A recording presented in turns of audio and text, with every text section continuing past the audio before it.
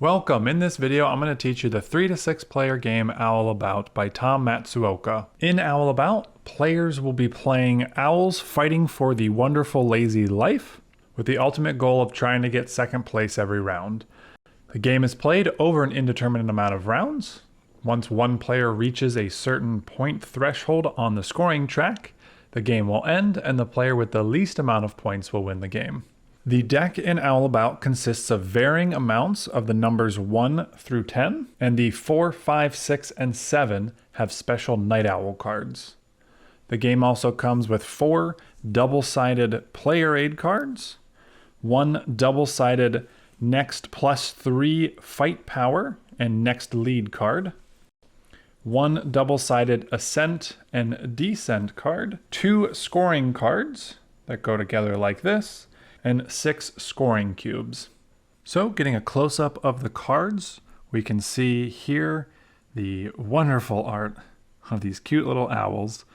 But one thing I really want to point out is the amazing graphic design towards the top of the card with this branch and the little owls that go across there.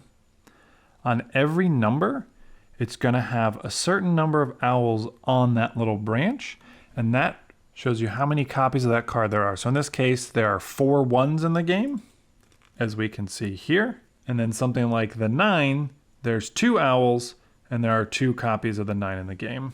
The 4, 5, 6, and 7s, having the last owl has a little light beaming down on it with the black on the outside.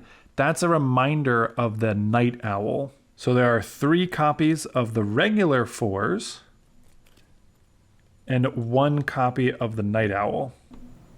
The night owls have this really nice reminder of the last one, meaning night owl can only be played when it is the last copy you have of that number in your hand. So if you have any regular 4s, you must play those before you can play the night owl. Another thing too is in players' hands, you will be able to see the night owl card because the backs are different than the regular cards. Looking at the scoring cards here real quick, you'll see it's got a little zigzag going up on the score track, and then in the top left-hand corner on the highest card, it just shows you a quick reminder on how you score each round based on the number of trophies, and then you can see the 10 and 15 spots having the scoring thresholds based on the player counts. And then you've got the double-sided summary cards, which just explain all of the cards' abilities when you are using the advanced rules. In Owl About, there are no suits. Even though the cards have colors on the edges of them, those are actually there to just give you a quick visual reminder of what type of ability that card will do. So the 1 and the 2 both have boosted fight power when the 9 and 10 are played into a trick, so they're both the blue cards. The 3 and the 8 are yellowish orange backgrounds because those are ones that will give you positive or minus points when won during a trick.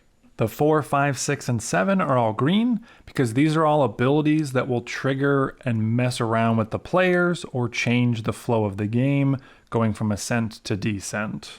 And the 9 and 10 don't have any abilities, and they're just the 2 pink cards.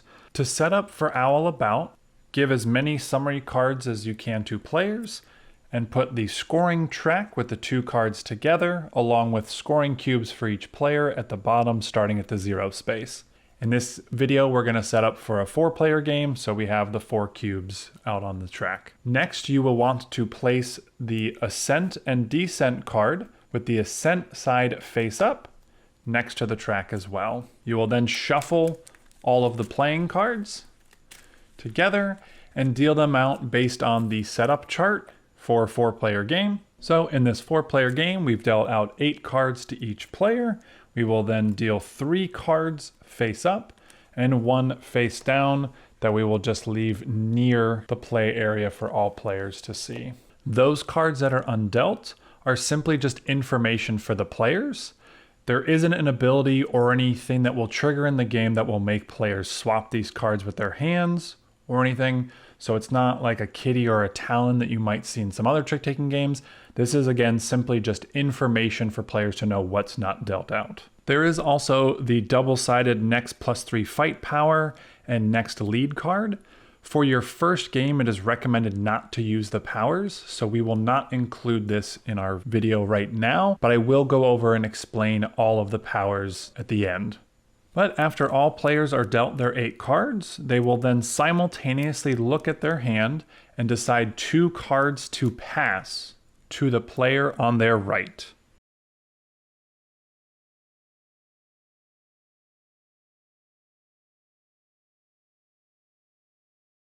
Then players will collect the cards that were passed to them and put them in their hand. And then randomly choose a start player. In any game that has scoring cubes, the way I always like to do is just give them a quick shuffle and drop one out. Or you can do it any way you see fit. But in this case, the green player will be our lead player. So the lead player in Owl About gets to choose any card from their hand and play into the trick. From there, every other player is now looking to play equal to or higher speed than the highest card currently in play. Right now we have this 4, which has a speed of 4 and also a fight power of 4. The winner of the trick is the highest fight power, but for the purposes of following in the trick itself, we're caring about speed. Most of the time, speed and fight power are the same thing. It's really when it just comes down to the night owls and the 1s and 2s. But for this play right here, we are following a speed of 4. So the yellow player must play one of their 5s, their 6s, or their 10, because the 2 and 3 is below that. So they're going to choose to play this 5, which has a speed of 5 and a fight power of 5. Coming to the red player, they now must play equal to or higher than the 5, so they are going to choose to play, let's say, this 7. So now it is a speed of 7 and a fight power of 7. And coming to the blue player, they are also going to play their 7. So like I said, to determine the winner of the trick, you need to see who has the highest fight power. In this case, all cards' speeds are their fight power. So 4, 5, 7, and 7. Whenever there is a tie in fight power, it is always the first one played that would win the trick. So in this case, the red player would take all of the cards in a pile, stacking their card that they won with on top and placing it in front of them. You'd trigger the ability if you were playing the advanced mode, but we're just doing basic right now. So they would just go to the next trick and then play any card they want from there. So maybe they'll play their other 7. Coming around to the blue player, they again must play equal to or higher the speed value of the card that's currently in play. So this night owl they have has a speed of 6, but a fight power of 8. They cannot play this because the speed is lower than the 7 and because they have this 8 in hand. If they didn't have the 8 in hand, then they could play any of their cards, but they must play that 8, which they'll do now. Coming over to the green player, they only have the option of playing their 9 or 10 since they must play higher than that 8, so they'll play a 10. And now coming to the yellow player, they also have a 10 in hand, so they must play that card as well. Again, knowing that there are 2 cards of the same value that has the highest fight power in play, goes to the first played, so green is going to win this trick, taking all the cards and stacking them face up in front of them. And to go over the night owl cards real quick, there are a couple of rules to how you can play them and how they work in trick play. To be able to play a night owl card, as we sort of went over in the card overview, it must be the last card you have in your hand of that number. So in this case for the green player, this is their last 4 in their hand, so they can legally play this night owl card. If they had any other regular day owl 4s, then they would have to play those first. But in this case, they can play that night owl.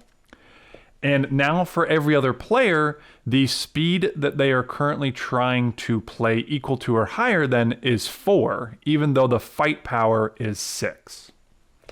So coming to the yellow player here, they also have a night owl, which is number 5. They have no other 5s in hand, and that is a equal to or higher speed than the current highest card in play, so they would be able to play that.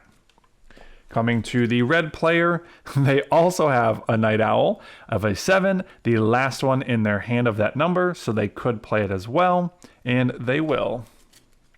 And then coming to the blue player, wow, this actually worked out pretty funny. They also have a Night Owl, which is the last one of 6. However, we want to look to see which number they're playing equal to or higher to currently, which is a 7 speed. So if they had any cards in hand that were 7 or higher speed, they must play it. In this case, they don't, so they can actually play any card that they want to, and maybe they don't want to give up this Night Owl yet, so they just choose to play this one. Red player would win the trick since they have the highest fight power in play. Another little caveat and reminder here, the 1 only becomes an 11 fight power when the 9 or 10 card are played, not when there's a 9 fight power in play. So this red player would still be winning this trick and taking those cards in front of them. One other scenario I want to go over is whenever a 1 or a 2 is played into a trick, whenever a 9 or a 10 is also played. As you can see here in the middle of the card, the 1 has an 11 fight power symbol and the 2 has a 12 fight power symbol.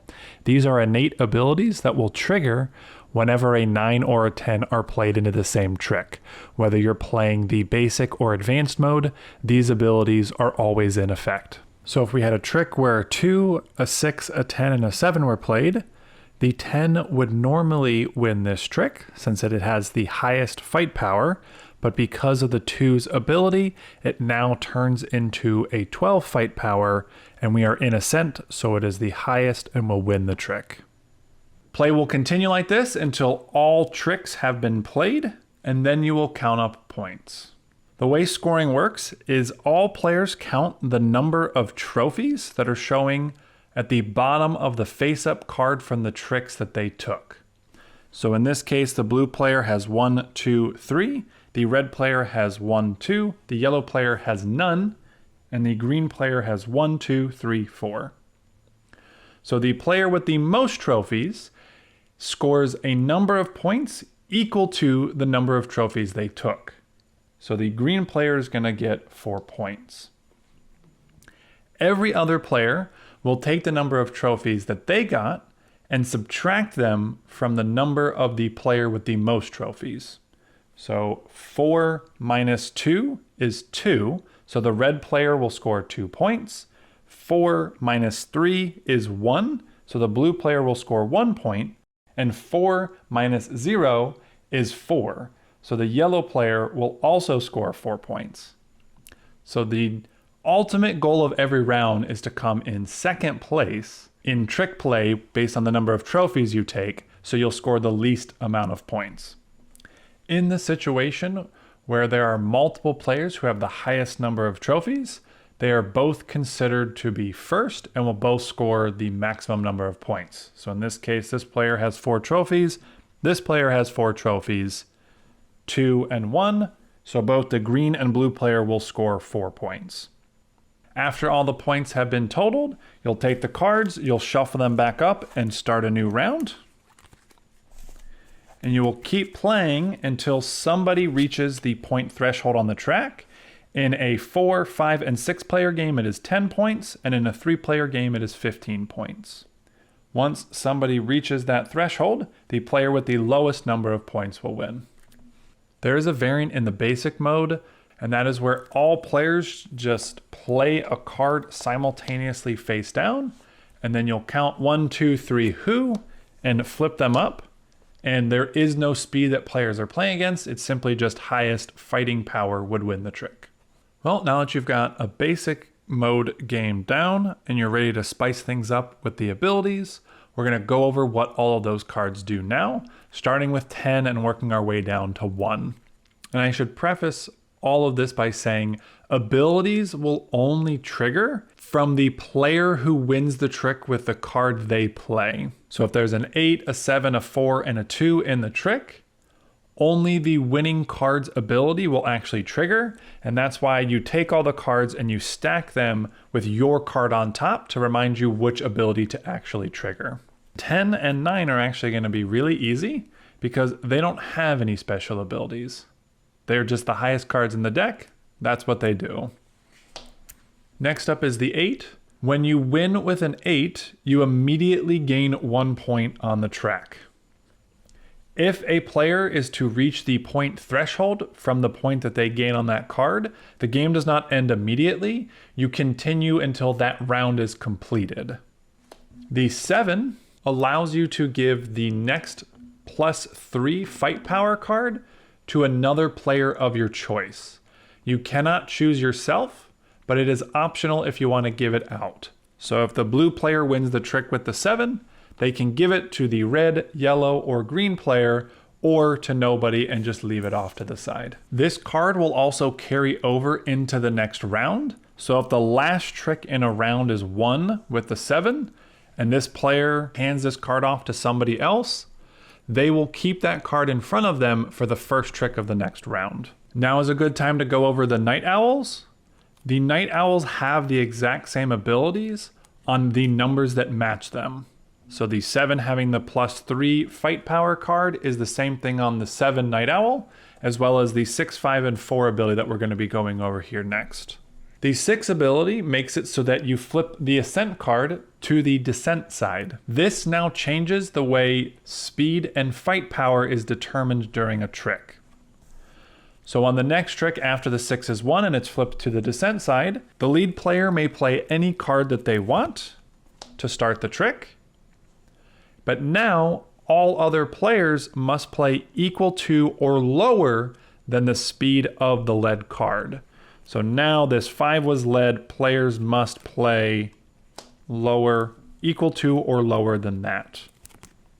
And of course, if you cannot play equal to or lower than that, you may play any card that you want. But to determine who wins the trick, you are looking for the lowest fight power. In this case, the 4 would be winning the trick. The 5 allows you to give this trophy to another player instead of yourself. So normally when you win the trick, you'd put the trophy in front of you, but this allows you to pass it to another player. However, you cannot give it to a player that is currently in first with the most trophies. So for example, if the red player had 2 trophies, the yellow player had 1, green had 0, and blue had 0, and blue wins this trophy trick, they could not give this trophy to the red player, but they can give it to the yellow or green player, because the red player already has the most trophies among all players. The 4 allows you to give the next lead card to another player. This, just like the +3 fight power, will carry over to the next round if it is won on the last trick of the round. It is optional. You do not have to give this card to another player if you would like to lead the next trick instead. The 3 ability will allow you to immediately lose 1 point. And if the Ascent and Descent card is on the Descent side, you will flip it back over to the Ascent side. The Ascent and Descent card never flips at the end of the round. It will always stay on the side that it is on until a 3 or a 6 wins a trick and would cause it to flip. And the 2 and the 1 have the ability that we already went over, where they become an 11 or 12 fight power when a 9 or 10 are played into the trick. There are a few optional advanced rules you can add into play, which I strongly recommend you use all of them if you're comfortable and familiar with how the game plays and using the abilities. These are rather minor additions that really spice up the game. The first one is one that I've actually never seen happen. You might not either, but if all the same speed is given in a trick, the trick winner will actually gain 1 point immediately. So in this case, the first card played wins the trick. So green is going to win with this 1, and they would immediately gain a point for doing so. The other 2 rules have to do with the Night Owl cards, and this is by far my favorite advanced variant. If a player has collected 3 Night Owls out of the 4 in a round, they will get 0 points in the round, regardless of how many points they should have gotten. And this is 3 owls that they've collected in tricks. They don't have to win with them, as long as when they look at their trick piles, if they are in there, they will count as having all 3 of them.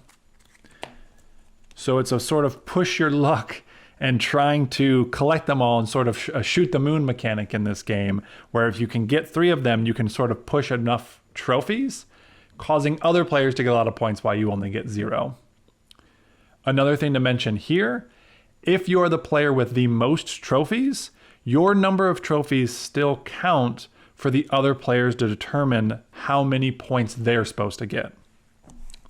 So if the blue player collected those 3 and have 4 trophies, red player has 2 trophies, yellow player has 2 trophies, and green player has 1 trophy, they still are going to take 4 minus their number of trophies to get their points, even though the blue player got 0. And then the other one is if you manage to get all 4 night owls in a round, you immediately go back to 0 points on the track, regardless of where you were. Depending on the player count that you're in, this will be easier or harder, because in the lower player count games, there's more cards that are undealt that are just put off to the side. So there's a good chance the night owls won't even be dealt out to play with. But then when you're playing with higher player counts, there's more players that are interacting with tricks, making sure you don't get them. So I've found that the 4 player is a good sweet spot for that variant to happen most often. Otherwise, that's everything you need to know to play Owl About. I hope you enjoyed this video. If you have any questions or comments, please leave them below. Thanks for watching.